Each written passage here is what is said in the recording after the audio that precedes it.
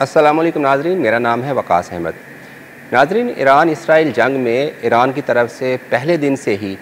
Israel को बड़े surprise दिए गए थे और बड़े भरपूर जवाबी वार किए गए थे। जहाँ पर ईरान की तरफ से सख्त मुज़ाहमत की जा रही है, वहीं पर डिप्लोमेटिकली भी बहुत सारे सरप्राइज़ जो हैं वो इसराइल को मिल रहे हैं। 2 रोज़ कबल फ्रांस की तरफ से जो पेरिस में होने वाला पेरिस एयर शो था, वहाँ पर इसराइल को अपने दफाई जो वेपन्स थे वो डिस्प्ले करने से रोक दिया गया था। तो उसके 1 रोज़ बाद ही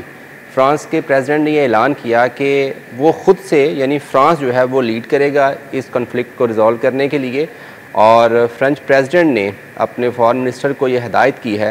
कि वो ईरान और इसराइल के दरमियान जो जंग है उसको ख़त्म करवाने के लिए तजावीज़ जो है वो तैयार करे और एक ड्राफ्ट बनाए, जिसके बाद दोनों ममालिक के साथ वो शेयर किया जा सके। अगर आप डिप्लोमेटिकली कैनवस पे ये सारी सूरत हाल देखें तो ऐसा लगता है कि अमेरिका के बरक्स अमेरिका और जो इसराइल है वो हमें एक साइड पे खड़े नज़र आते हैं, जबकि बरतानिया और यूरोप जो है वो हमें एक साइड पे खड़ा नज़र आता है। आप इसराइल के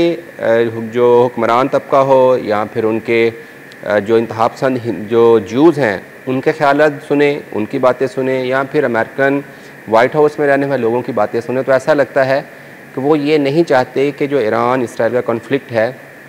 ये ख़त्म हो। लेकिन इसके बरक्स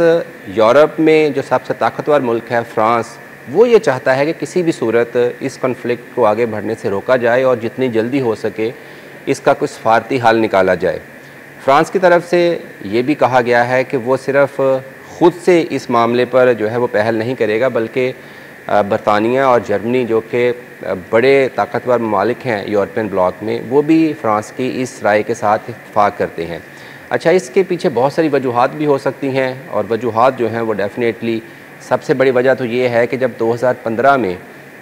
दुनिया की बड़ी सुपर पावर्स ने ईरान के साथ जोहरी मुआहिदा किया था और फिर ट्रंप ने आकर अपनी पहली सदारती टर्म में उसको ख़त्म कर दिया था, तो फ़्रांस को इस चीज़ का भी रंज है कि अगर वो जोहरी मुआहिदा रहता तो आज जो ख़ित्ते में जंगी माहौल बना हुआ है ये नहीं बनना था। तो फ्रांस के एक जहन में ये भी बात है कि ये सब कुछ हुआ है ये अमेरिकन प्रेसिडेंट की गलती की वजह से हुआ है, जिन्होंने जोहरी मुआहिदा तोड़ा।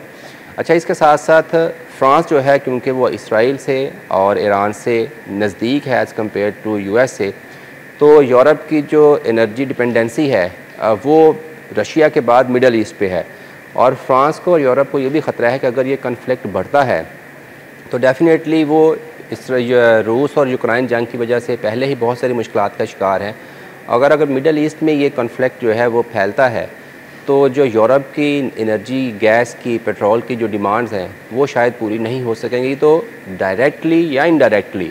यूरोप जो है वो इस कॉन्फ्लिक्ट से जो है वो मुतासर होगा। तो इसीलिए हम देखते हैं कि यूरोपियन जो ब्लॉक है वो फ्रांस के सदर की निगरानी में हमें लगता है कि वो एक अलहदा मौक़िफ़ रखता है दुनिया के सामने इस मसले को हल करने के हवाले से।